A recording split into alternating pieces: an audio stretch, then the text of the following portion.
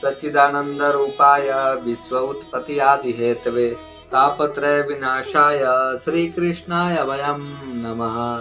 कृष्णाय वासुदेवाय हरये परमात्मने प्रणतः क्लेश नाशाय गोविंदाय नमो नमः। श्रीमद् भागवत महापुराण चतुर्थ स्कंद 28वां अध्याय। राजा मलध्वज का देहांत और स्त्री रूपी पुरंजन को अपने पिछले जन्म के मित्र अभिज्ञात से मिलने का वृतांत। देवऋषि नारद जी ने कहा, हे प्राचीन बरही, बहुत समय तक राज का सुखभोग करने के बाद राजा मलध्वज अगस्त मुनि द्वारा ज्ञान प्राप्त करने के कारण माया मोह को त्याग कर अपने पुत्र को राजाभिषेक करके स्वयं अपनी रानी के सहित वन में पहुंचकर श्री हरि का तप करने में लीन हो गया। वहां कुछ समय तक श्री हरि का भजन एवं ध्यान करने के बाद उसने अपना देह छोड़ा। उस समय उसकी पत्नी भी अपने पति के शरीर को चिता पर रखकर अग्नि संस्कार को तैयार हुई, लेकिन मोहवश वह चिता में अग्नि न लगा सकी और रुदन करने लग गई। उसी क्षण उसके पिछले जन्म का मित्र अभिज्ञात वहां आ पहुंचा।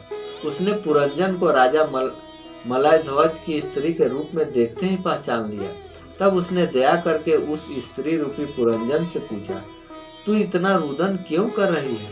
यह पुरुष जो मरा पड़ा है, यह तेरा क्या लगता था? तू मुझे पहचानती है या नहीं? अभिज्ञात के ऐसे वचन सुनकर स्त्री रूपी पुरंजन ने उत्तर दिया, हे महानुभाव, मैं तुमको नहीं पहचानती हूँ। यह जो मृतक शरीर रखा है, यह मेरे पति का है। मैं इन्हीं के मरने के शोक में रुदन कर रही हूँ। यह सुनकर अभिज्ञात ने कहा, हे स्त्री, तू पिछले जन्म में पुरंजन नामक राजा थी और मैं अभिज्ञात नामक तेरा मित्र हूँ। तू एक दिन मेरा साथ छोड़कर घर से निकल आया और एक स्त्री के भोग विलास में पड़कर मुझे ही तुम भूल गया, इसलिए तुझे इस जन्म में स्त्री का शरीर प्राप्त हुआ है।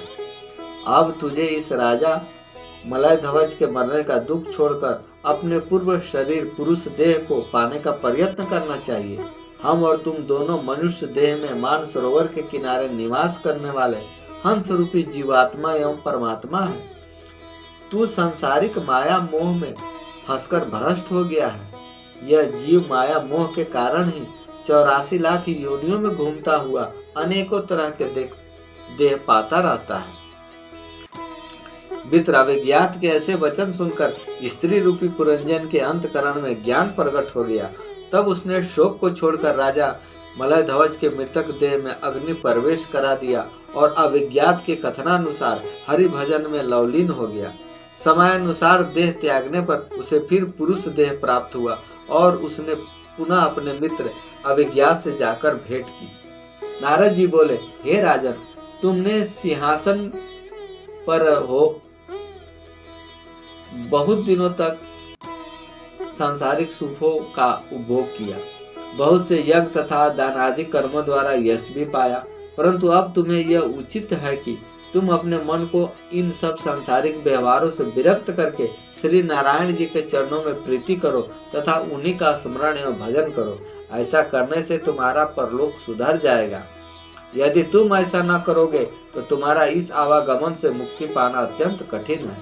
साधु महात्माओं के संग से अंतकरण शुद्ध एवं निर्मल हो जाता है। दान तथा यज्ञ करने से संसारी लोग कुछ दिन तक तो देवलोक में सुखों का उपभोग अवश्य प्राप्त कर लेते हैं, परंतु बाद में फिर उन्हें इसी संसार में जन्म लेकर कष्ट उठाना पड़ता है। परंतु जो लोग वैराग धारण करके केवल भक्ति का आश्रय लेते हैं, उन्हें वैकुंठ लोक के अखंड सुख की प्राप्ति होती है। अतः इन सब बातों पर विचार करके तुम्हें श्री नारायण जी की ही भक्ति करनी चाहिए।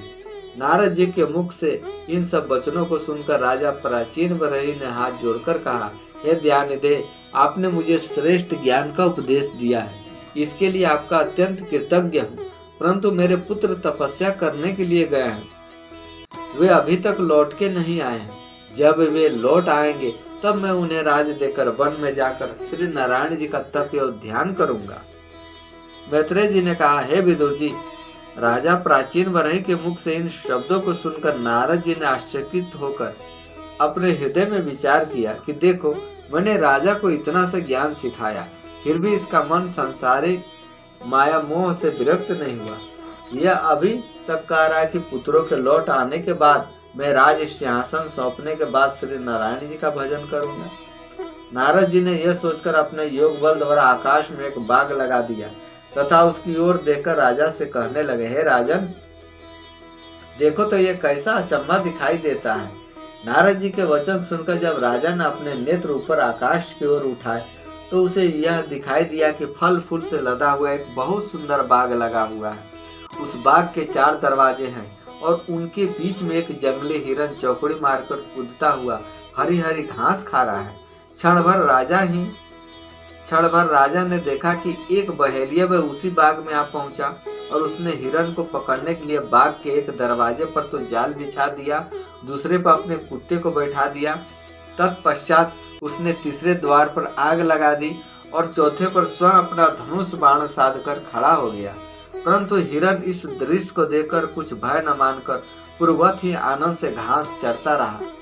उस समय उस बाग में बहेलिया तथा हिरन को देखकर राजा प्राचीन बरही ने नारद जी से कहा, हे मुनिनाथ, ये कैसे आश्चर्य की बात है कि बाग के चारों दरवाजे पर इस हिरन को मारने का पूरा प्रबंध हो चुका है, फिर वह निर्भय और निश्चिंत होकर घास चर रहा है। इसे अपने प्राणों की चिंता नहीं है। भला इस प्रकार घास चरने से क्या लाभ होगा। राजा के शब्दों को सुनकर नारद जी ने मुस्कुराते हुए कहा, हे राजन, तुम्हारे भी तो यही दशा हो रही है। वृद्धावस्था के कारण तुम्हारी संपूर्ण इंद्रियां स्थिर हो चुकी है। मृत्यु का दिन भी निकट आ पहुंचा है, परंतु तुम अभी तक इस संसारी माया मोह में ऐसे फंसे हुए हैं जो अपनी आंखों से सब हाल देखकर भी तुम्हें चेत नहीं होता। तुम्हें अभी तक राज और सांसारिक सुखों की तृष्णा लगी हुई है। नारद जी के मुख से यह ज्ञान सुनते ही राजा के रोंगटे खड़े हो गए। उसे ऐसा प्रतीत होने लगा मानो उसका संपूर्ण शरीर जला जा रहा है। अपने शरीर की यह दशा देखकर उसने नारद जी के चरणों में गिरते हुए कहा, हे प्रभु, आपने बड़ी कृपा की जो मुझे सांसारिक फंदे से इस तरह बाहर निकाल दिया, अन्यथा मैं इसी में पड़ा पड़ा अपना जीवन नष्ट कर देता। इतनी बात कहकर राजा उसी समय तपस्या करने के निमित्त बद्रिका आश्रम की तरफ चला गया। वन में जाकर उसने श्री नारायण जी का तप तथा ध्यान करके मोक्ष पद को पा लिया।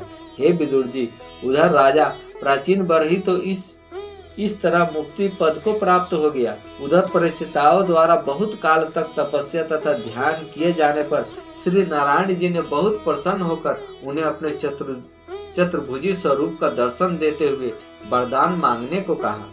उस समय श्री नारायण जी ने उन्हें मनोवांछित वरदान देते हुए कहा, तुम लोग गृहस्थ आश्रम भोगने के उपरांत अंत में मुक्ति पद को पाओगे।